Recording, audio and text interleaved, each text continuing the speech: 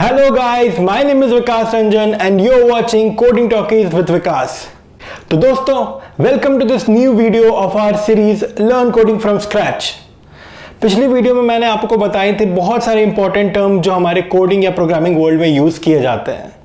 For example data क्या होता है, फॉर एग्जाम्पल इंस्ट्रक्शन क्या होता है, प्रोग्राम क्या होता है, सॉफ्टवेयर्स क्या होते हैं, हार्डवेयर्स क्या होते हैं, अलग अलग तरह के सॉफ्टवेयर्स क्या हैं, अलग अलग तरह के हार्डवेयर्स क्या हैं, और हमने इन सबको एक समराइज व्यू भी देखा था.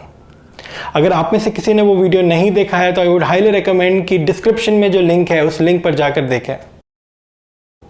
तो दोस्तों, आज के वीडियो में हम काफ़ी और बातें करेंगे कंप्यूटर से रिलेटेड. आज के वीडियो में हमारा काफ़ी फोकस होगा कंप्यूटर, हार्डवेयर और सॉफ्टवेयर्स की रिच हिस्ट्री और कुछ कूल फैक्ट्स जानने का. आई नो आप में से कई लोग ये सोच रहे होंगे कि जब मुझे कोडिंग सीखनी है या प्रोग्रामिंग सीखनी है या वेब डेवलपमेंट सीखना है तो मुझे कंप्यूटर की हिस्ट्री जानने की क्या ज़रूरत है. बट एक्चुअली ऐसा नहीं है. जब हम किसी चीज़ की हिस्ट्री जानते हैं तो हमें यह पता चलता है कि वो चीज़ कैसे इवॉल्व हुई है विद टाइम.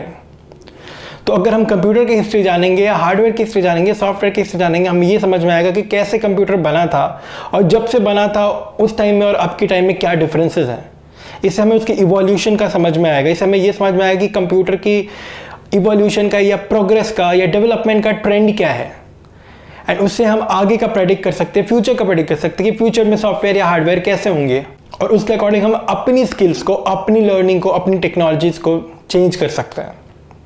तो दोस्तों, before going into that, let me tell you that this entire series of video is brought to you by Newton School. Newton School is a platform which allows people make a career in technology. अगर आप Newton school की website पर जाएं, which is www.newtonschool.co, तो आप देखेंगे कि वहां पर कई सारे कोर्सेज हैं. Courses for women, full stack development courses for 6 months, courses for college freshers, courses for experienced professionals, कई सारे courses हैं for different people. अगर आप ये courses ऑप्ट करते हैं तो वहाँ पर आपको daily live classes होंगे with instructors who are already working in top product companies. इसके अलावा आपको अच्छे mentors अलॉट होंगे for a one-to-one basis and for a group. इसके अलावा आपके daily assignments होंगे, weekend contests होंगे, mock interviews होंगे, and all of these will prepare you for a good job, for a good career in technology. And not just this, जो सबसे अच्छी बात है न्यूटन स्कूल के कोर्सेज की, दैट इट इज अ पे आफ्टर प्लेसमेंट प्रोग्राम. इसका मतलब है कि अगर न्यूटन स्कूल के कोर्सेज के बाद आपकी एनुअल CTC 5 लाख या उससे ज़्यादा की लगती है तभी आपको फीस पे करनी है. Otherwise this course will be completely free for you. So guys, please check out www.newtonschool.co. तो आइए दोस्तों, स्टार्ट करते हैं हमारा आज का session which is learn programming from scratch part 2.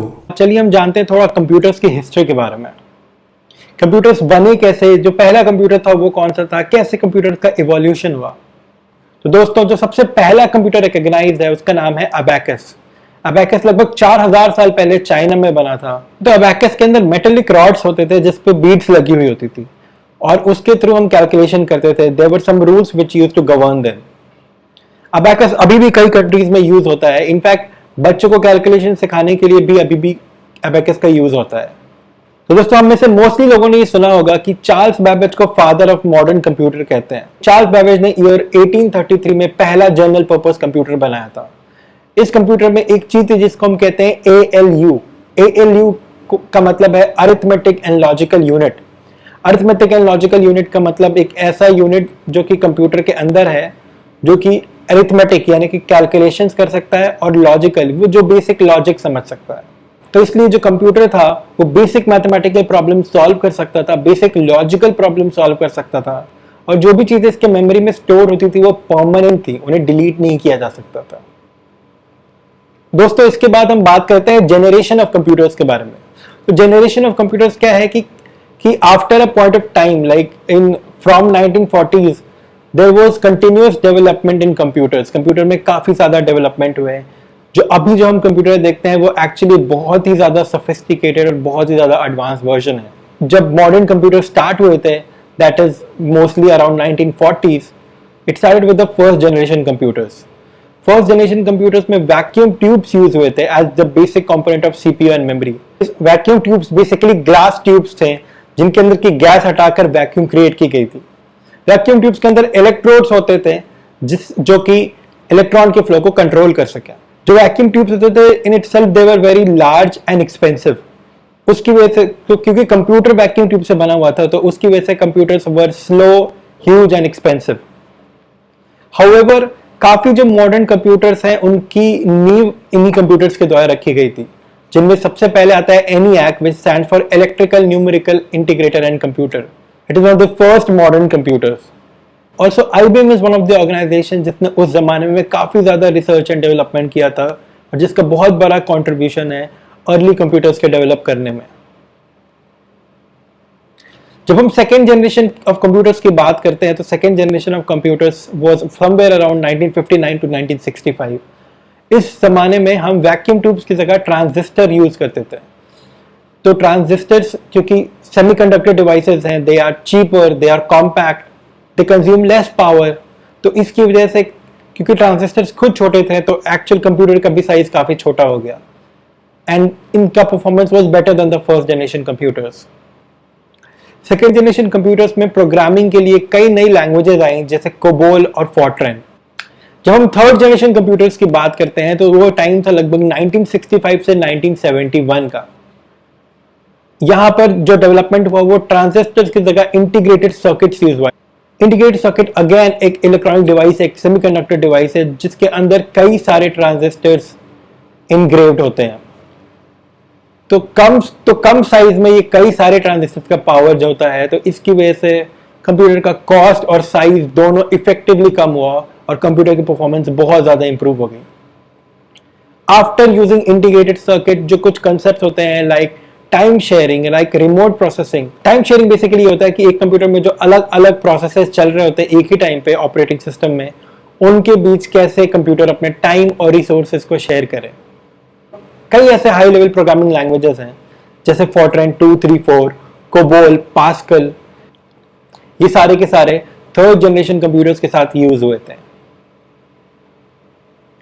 Fourth generation computers which was around 1971 to 1980 and यहाँ पे हमने माइक्रो प्रोसेसर्स यूज किए थे and one microprocessor can have millions of integrated circuits and transistors which makes it much more affordable, much more powerful, fast and compact. Actually यही वो time था जब computers एक घर घर की चीज होना स्टार्ट हो गई थी कई देशों में। फोर्थ जनरेशन कंप्यूटर के साथ एक डिस्ट्रीब्यूटेड ऑपरेटिंग सिस्टम का कॉन्सेप्ट आया था जहां पे एक ही ऑपरेटिंग सिस्टम मल्टीपल काम एक साथ कर सकता है। फोर्थ जनरेशन कंप्यूटर्स के साथ जो हमारे दो सबसे पॉपुलर लैंग्वेजेस हैं जो कि C और C++ है वो यूज हुए थे। And finally fifth generation computers जो लगभग 1980 से अभी तक चलते आए हैं और यहाँ पर हमने माइक्रो प्रोसेसर्स को हटा के VLSI टेक्नोलॉजी का यूज किया था। VLSI means very large scale integrated circuit. Similarly ULSI means ultra large scale integration circuits. तो VLSI और ULSI are actually even better versions of integrated circuits क्योंकि यहाँ पर काफी सारे इंटीग्रेटेड सर्किट्स एक ही सेमीकंडक्टर डिवाइस पे प्रेजेंट होते हैं, इसलिए कंप्यूटर का साइज और भी ज़्यादा कॉम्पैक्ट हो गया और भी ज़्यादा फास्ट हो गया कंप्यूटर का परफॉर्मेंस और कंप्यूटर और भी ज़्यादा अफोर्डेबल हो गया। फिफ्थ जनरेशन कंप्यूटर्स में हमारे पास आर्टिफिशियल इंटेलिजेंस और पैरेलल प्रोसेसिंग जैसे स्मार्ट कॉन्सेप्ट्स डेवलप हुए। कई ऐसे लैंग्वेजेस हैं जैसे C, C++, जावा, .NET, ये सारे यूज हुए हैं along with fifth generation computers. तो दोस्तों कंप्यूटर के इवोल्यूशन और हिस्ट्री के बारे में जानने के बाद आइए हम जरा हार्डवेयर और स्टोरेज डिवाइसेस की हिस्ट्री के बारे में जानते हैं। तो जो सबसे पहला स्टोरेज डिवाइस को रिकॉग्नाइज किया जाता है that is called punch cards which was invented in around 1890s। Punch card की storage capacity was only 80 characters. Imagine दोस्तों 80 कैरेक्टर्स में आप एक ट्विटर का कंप्लीट ट्वीट भी नहीं लिख सकते। इसके अलावा ईयर 1932 में there was something called magnetic drums जिनका इन्वेंशन हुआ था। मैग्नेटिक ड्रम्स की capacity compare to punch cards काफी ज्यादा थी विच इज 48 KB। KB का मतलब होता है किलोबाइट, इसके बारे में मैं डिटेल में आपको बताऊंगा। 1950s से 1960s के बीच भी मैग्नेटिक ड्रम्स काफी पॉपुलर थे। जो और डेटा स्टोरेज डिवाइसेस हैं इनमें से एक है William Kilburn tube which is not very famous. William Kilburn tube was built around 1947 and it could hold about 128 characters only. But William Kilburn tube इतना famous नहीं हो पाया क्योंकि उसके काफी जल्दी ही हमारे पास magnetic tape drive आ गया। So guys, if you see this picture, काफी लोग इस पिक्चर को रिजेंबल कर रहे होंगे because this looks very much like audio cassettes. So actually audio cassettes was a high level, a sophisticated version of magnetic tape drive only. Magnetic tape drive का invention 1951 में हुआ था और उस टाइम पे it could store only 230 KB of data, 230 kilobytes of data. बाद में इसी magnetic tape drive को काफ़ी ज़्यादा compact versions निकले, इनका काफ़ी ज़्यादा advanced versions निकले. उनमें से एक है हमारा cassette tape या फिर जो एक वीडियो कैसेट्स होते थे हमारे, वो ऑडियो कैसेट्स और वीडियो कैसेट्स. इसके बाद आया magnetic core which looked something like this. It was built in 1951 and it was extensively used from 1955 to 1975. Magnetic core जो है वो अभी भी आपको कई जगह दिख जाएगा टेलीफोन कंट्रोल सिस्टम में. कई जो लैंडलाइन फोन्स होते हैं, अगर किसी ने भी क्यूरियोसिटी के लिए इसको अंदर खोल कर देखा हो तो उसके स्पीकर के लिए हम मैग्नेटिक कोर यूज कर सकते हैं. इसके अलावा जो डेटा स्टोरेज डिवाइस में सबसे बड़ा ब्रेक थ्रू आया, that is called hard disk drive. Hard disk drive was introduced by IBM इन 1956. उस जमाने में it could store 3.75 MB of data. 3.75 MB of data उस जमाने में काफी ज्यादा होते थे. 3.75 MB डेटा में आप एक खराब क्वालिटी का वीडियो, आप एक ऑडियो और ऐसी काफी सारे डेटा स्टोर कर सकते थे. फिर hard disk drive was built by all other companies and इसके काफी एडवांस वर्जन निकाले. Like recently Samsung has something called solid state drive which can hold up to 16 terabytes of data which is enormous. Undoubtedly आज के जमाने में जो सबसे ज्यादा कैपेसिटी किसी फिजिकल स्टोरेज डिवाइस की है वो है हार्ड डिस्क ड्राइव. इसके बाद आया floppy disk. Floppy disk was built in 1967. जो 1990s के या उसके पहले वाले जमाने के लोग हैं उन्होंने डेफिनेटली फ्लॉपी डिस्क देखा होगा या यूज किया होगा या सुना होगा इसके बारे में. Floppy disk was a small 8-inch disk. Floppy disk was a small lightweight 8-inch disk जिसकी उस जमाने में कैपेसिटी सिर्फ 80 KB होती थी. मिड 70s और 80s में floppy disk was used quite commonly. इसके बाद आया CD यानी कि कॉम्पैक्ट डिस्क जिसके बारे में मोस्टली लोग जानते होंगे. जो फर्स्ट CD थी वो 1982 में बनी थी जो सोनी और फिलिप्स दोनों ने मिलकर बनाया था और उसकी कैपेसिटी ऑलमोस्ट 700 MB थी. इसी कॉम्पैक्ट डिस्क का बेटर वर्जन बाद में आया which is called DVD and then further it was also a more sophisticated version was introduced which is called the Blu-ray CDs. जो पहली DVD थी वो बनी थी 1995 में by both Sony and Philips. जो DVD की स्टोरेज कैपेसिटी थी that was around 1.46 GB यानी कि गीगाबाइट which was insane. एक DVD में कई सारी मूवीज आ जाती थी. इसके बाद जो एक काफी इंपॉर्टेंट इन्वेंशन है स्टोरेज डिवाइसेस में that is called SD card. SD card का इन्वेंशन 1999 में हुआ था which was a combined development by SanDisk, Panasonic and Toshiba. जो फर्स्ट SD कार्ड थे उनकी कैपेसिटी अराउंड 64 MB थी और इनका साइज काफी छोटा था इसलिए they were easily used in video cameras and digital cameras. और इसी का फिर एडवांस वर्जन आया मिनी SD कार्ड और माइक्रो SD कार्ड जो कि हमारे मोबाइल फोन में भी लगा होता है. अब बात करते हैं USB फ्लैश ड्राइव की which is used pretty commonly even now. It was developed by an Israeli company M Systems in 1999. क्योंकि USB फ्लैश ड्राइव्स काफी ज्यादा छोटे थे, काफी ज्यादा कॉम्पैक्ट थे, काफी ज्यादा स्टाइलिश थे, प्लस इनकी जो डेटा ट्रांसफर की स्पीड थी that was very fast compared to other storage devices. इसलिए USB फ्लैश ड्राइव या पेन ड्राइव काफी ज्यादा पॉपुलर हो गया. और फाइनली बात करते हैं cloud data storage. Cloud data storage is again a pretty common term. हम में से कई लोगों ने सुना होगा कि हमारा डेटा क्लाउड पे है. माइक्रोसॉफ्ट क्लाउड, Amazon क्लाउड, हर कंपनी का क्लाउड का डेटा क्लाउड पे स्टोर है. तो ये क्लाउड होता क्या है? कई लोगों को कंफ्यूजन होती है कि does this mean the actual cloud जो कि आकाश में है?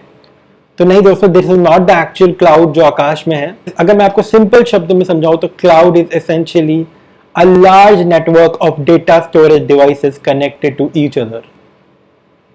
जो बड़ी बड़ी कंपनीज होते हैं उनकी एक डेडिकेटेड डेटा सेंटर होती है, एक physical data centre which is a huge place, and वहां पे कई सारे कंप्यूटर्स और कई सारे software devices with enormous storage capacity in terabytes and petabytes, और वो एक दूसरे से कनेक्टेड होते हैं ताकि यूजर्स को kind of unlimited storage capacity मिल सके।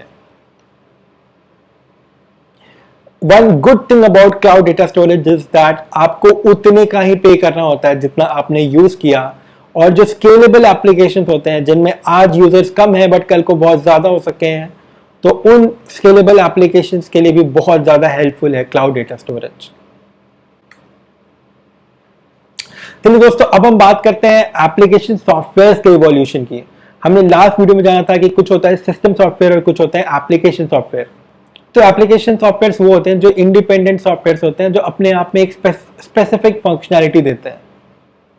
तो जो एप्लीकेशन सॉफ्टवेयर पहले थे वो मोस्टली के कंप्यूटर बेस्ड या आपके पीसी बेस्ड थे। उन एप्लीकेशन सॉफ्टवेयर को हम डाउनलोड करते थे या हम इंस्टॉल करते थे।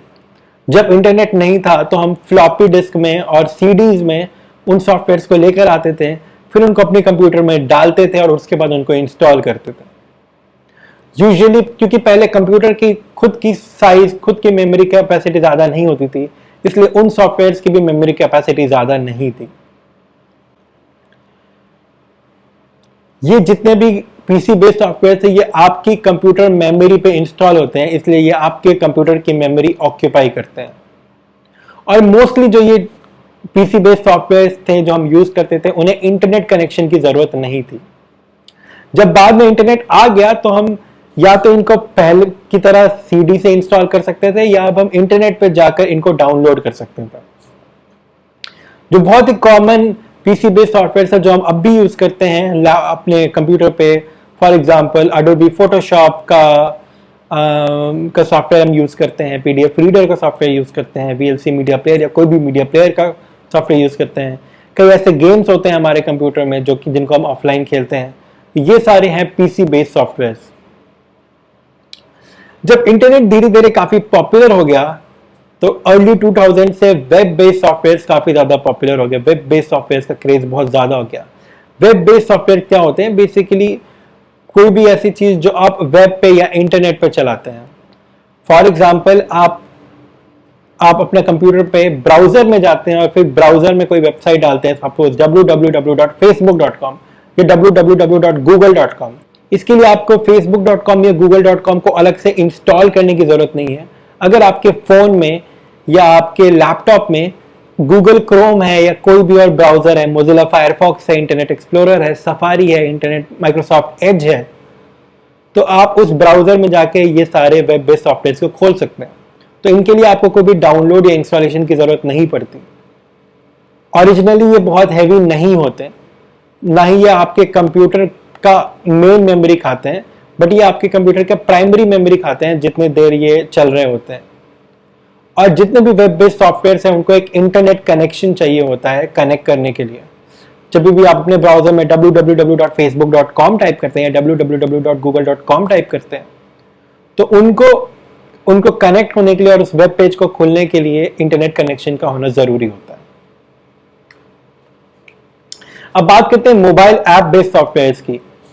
तो मोबाइल ऐप बेस्ड सॉफ्टवेयर क्या होते हैं दोस्तों? ये चीज तो बहुत ज्यादा कॉमन है और ऑलमोस्ट हम में से सारे यही यूज कर रहे होंगे। अगर हम अपने फोन पे अभी यूट्यूब में ये वीडियो देख रहे हैं तो मोस्टली सब लोग मोबाइल फोन पे यूट्यूब ऐप में देख रहे होंगे, जो या तो हमने इंस्टॉल किया है या फिर पहले से इंस्टॉल आया था फोन में। बट जो भी मोबाइल ऐप्स होते हैं उन्हें हमें फोन में डाउनलोड करना पड़ता है या इंस्टॉल करना पड़ता है। उनकी साइज मेगाबाइट्स में होती है। मोस्टली वो आपकी मोबाइल की मेमोरी ऑक्यूपाई करते हैं और उनको चलने के लिए हो सकता है कुछ ऐप्स हो जिनको इंटरनेट कनेक्शन चाहिए, कुछ ऐप हो सकता है जिनको इंटरनेट कनेक्शन नहीं चाहिए। जैसे ऐप्स हैं ऊबर, फ्लिपकार्ट, अमेजॉन, जोमेटो, ये सारे के सारे ऐप्स को इंटरनेट कनेक्शन चाहिए होता है अपना काम करने के लिए। बट कई ऐसे ऐप्स होते हैं जैसे कैमरा का मोबाइल ऐप है, अलार्म का ऐप है, स्टॉप वॉच का ऐप है, टू डू लिस्ट का ऐप है, नोट्स का ऐप है, उन्हें वो ऑफलाइन चल सकते हैं, उन्हें इंटरनेट कनेक्शन की जरूरत नहीं होती। दोस्तों इतना बात कर ली हमने, तो चलिए अब हम बात करते हैं वेबसाइट क्या होता है। हम काफी देर से बात कर रहे हैं वेबसाइट वेबसाइट। तो जब भी हम अपने ब्राउजर में जाते हैं, कोई यूआरएल टाइप करते हैं और एक जो फाइनली जो हमारा वेब पेज खुलता है उसको हम वेबसाइट कह सकते हैं। वेबसाइट बेसिकली होता है एक collection of web pages. Web pages मतलब यूजुअली आप किसी वेबसाइट पर जाते हैं तो आप देखते हैं वहां पर एक होम पेज है, एक अबाउट पेज है, एक कॉन्टैक्ट पेज है और कई ऐसे अलग अलग पेजेस हैं जहां पर उन्होंने कुछ ना कुछ इंफॉर्मेशन दिया हुआ है। तो ये इन सारे अलग अलग जो पेजेस हैं, अलग अलग ऑप्शन है जिनको क्लिक करके अलग अलग पेजेस खुलते हैं, इन्हें हम वेब पेजेस कहते हैं। तो ये कलेक्शन ऑफ वेब पेजेस और उनसे रिलेटेड जो भी कंटेंट है उसको हम कहते हैं वेबसाइट। एक वेबसाइट एक डोमेन नेम पे इंस्टॉल होता है। एक वेबसाइट एक डोमेन नेम से आइडेंटिफाई होता है। डोमेन नेम क्या है? अगर मैं कहता हूं www.facebook.com तो facebook.com उसका डोमेन नेम है। अगर मैं कहता हूं www.flipkart.com, www.amazon.com, www.google.com तो google.com उसका डोमेन नेम है, यानी कि ये नाम गूगल का अपना है, इसे कोई और यूज नहीं कर सकता। डोमेन नेम क्या होता है, होस्टिंग क्या होती है, किसी वेबसाइट को किसी डोमेन पर कैसे डालते हैं, ये सारी बहुत इंपॉर्टेंट चीजें हैं और इनके लिए मैं अलग से डिटेल में एक वीडियो बनाऊंगा। वेबसाइट्स दो तरह के होते हैं दोस्तों, एक होता है स्टैटिक वेबसाइट और एक होता है डायनेमिक वेबसाइट। जो स्टैटिक वेबसाइट होता है वो मोस्टली यूजर्स को, दर्शकों को कुछ ना कुछ जानकारी देने के लिए होता है। जैसे कि अगर कोई कंपनी है या कल को आप अपना कोई बिजनेस स्टार्ट करो और आप चाहते हो कि लोगों को आपके बिजनेस के बारे में पता चले और आप एक वेबसाइट बनाओ जहां पर अगर कोई विजिट करे तो आपकी बिजनेस के बारे में चीजें लिखी हुई हो और उसे पढ़कर वो जानकारी मिले, तो इसको हम कहते हैं स्टैटिक वेबसाइट। स्टैटिक वेबसाइट को स्टैटिक इसलिए कहते हैं क्योंकि वो कभी चेंज नहीं होता है। आप उस वेबसाइट को जितनी भी बार खोलेंगे, जब भी खोलेंगे, वो हमेशा सेम रिजल्ट देगा। अलग अलग लोग खोलेंगे, जितनी बार भी खोलेंगे तब भी सेम रिजल्ट देगा, अनलेस जो उस वेबसाइट का डेवलपर है जिसने उस वेबसाइट को बनाया है, अनलेस वो खुद जाकर उस वहां पे कुछ चेंज ना करे, जितने भी लोग उसको खोलेंगे उन्हें सेम चीजें दिखेगी। अब बात करते हैं डायनामिक वेबसाइट की। डायनामिक वेबसाइट ये होता है कि अगर हमने उस किसी वेबसाइट का इनपुट चेंज किया, किसी वेबसाइट में अलग इंफॉर्मेशन दिए, तो उसका आउटपुट चेंज होगा। यानी कि उस वेबसाइट में जो चीजें पहले दिख रही थी और जो चीजें बाद में दिख रही हैं उनमें फर्क हो सकता है। जो डायनामिक वेबसाइट्स होते हैं उनको चलने के लिए यूजुअली कोई ना कोई सर्वर साइड प्रोग्रामिंग लैंग्वेजेस चाहिए होते हैं, जैसे PHP, JSP, ASP, ये सारी अलग अलग टेक्नोलॉजीज हैं। और दोस्तों अब हम बात करते हैं वेब एप्लीकेशन की। वेबसाइट और वेब एप्लीकेशन ये दोनों टर्म्स कई बार इंटरचेंजेबली यूज होती है, बट ये दोनों एक्चुअली अलग है। जब हम वेब एप्लीकेशन की बात करते हैं तो वेब एप्लीकेशन टू वे होता है। जब हम वेबसाइट्स कहते हैं तो वेबसाइट चाहे वो स्टैटिक हो या डायनेमिक हो, वो मोस्टली यूजर को कोई ना कोई जानकारी देने के लिए होता है, जहां पे वेबसाइट का ओनर अपने यूजर्स को कुछ बताना चाहता है। बट उल्टा नहीं होता, ऐसा कुछ नहीं होता कि यूजर्स वेबसाइट ओनर को कुछ बताएं। बट जब हम वेब एप्लीकेशन की बात करते हैं तो web application two way communication में बिलीव रखता है, यानी कि उसका जो एक तो चीज है कि जिसका जो डेटा होता है वो काफी ज्यादा डायनेमिक होता है, और सिर्फ डायनेमिक ही नहीं, वो स्पेसिफिक होता है आपके लिए। अगर मैं आपको एग्जांपल दूं तो मान लीजिए आप अपने लैपटॉप पे facebook.com खोलो, मैं अपने लैपटॉप पे facebook.com खोलता हूं। आपने लॉगिन किया अपनी ईमेल आईडी से, मैंने लॉगिन किया अपनी ईमेल आईडी से। तो लॉगिन करने के बाद आपको जो डेटा दिखा रहा है वो कंप्लीटली अलग है और वो आपका डेटा है, और जो मुझे डेटा दिखा रहा है वो कंप्लीटली अलग है, वो मेरा डेटा है। तो बेसिकली वेब एप्लीकेशन पे जो डेटा होता है वो बिल्कुल डायनेमिक होता है और स्पेसिफिक होता है इंसान के लिए। फेसबुक पे मेरी प्रोफाइल में मेरी फोटो होगी, आपकी प्रोफाइल में आपकी फोटो होगी। अगर वही मैं अमेजोन का एग्जांपल दूं तो अमेजोन की मेरी प्रोफाइल में मैंने जो चीजें ऑर्डर की है वो होंगे, अमेजोन की आपकी प्रोफाइल में आपने जो चीजें ऑर्डर की होंगी वो होंगे। प्लस वेब एप्लीकेशन में काफी इंटरैक्टिव होते हैं, यूजर्स अपने डेटा को चेंज कर सकते हैं और यूजर्स खुद का नया कंटेंट भी पब्लिश कर सकते हैं। फॉर एग्जांपल अमेजोन में अभी तक मेरी ऑर्डर लिस्ट में पांच ऑर्डर्स आ रहे हैं। मैंने जब एक नया ऑर्डर प्लेस किया तो उसका डेटा चेंज हुआ और अब मेरे ऑर्डर लिस्ट में 6 प्रोडक्ट्स आ रहे हैं। तो इसका मतलब यूजर जाकर भी वहां पर नया डेटा पब्लिश कर सकता है। वेब एप्लीकेशन के मोस्ट कॉमन एग्जांपल्स हैं गूगल, फेसबुक, अमेजॉन एंड ऐसे कई सारे मोस्ट ऐप्स जो हम यूज करते हैं आर मोस्टली वेब एप्लीकेशंस। दोस्तों आज की वीडियो में बस इतना ही। अगले वीडियो में मैं दोबारा हाजिर होऊंगा कुछ और इंटरेस्टिंग और इंफॉर्मेटिव कंटेंट के साथ जो कि मोस्टली वेबसाइट और वेब एप्लीकेशंस के अराउंड होंगी और उनके बारे में बहुत डिटेल में बात करेंगे। तो दोस्तों अगर आपको ये वीडियो पसंद आया है तो प्लीज इसे लाइक करें, प्लीज इस वीडियो को ज्यादा से ज्यादा लोगों से शेयर करें ताकि और भी लोग कंप्यूटर, सॉफ्टवेयर और हार्डवेयर की इन इंटरेस्टिंग और कूल चीजों के बारे में जान सकें। आपको वीडियो कैसा लगा अपना फीडबैक जरूर दें कमेंट सेक्शन में, और अभी तक अगर चैनल को सब्सक्राइब नहीं किया है तो प्लीज सब्सक्राइब करें। Thanks for your time everyone, keep watching coding talkies with Vikas. Bye bye, take care.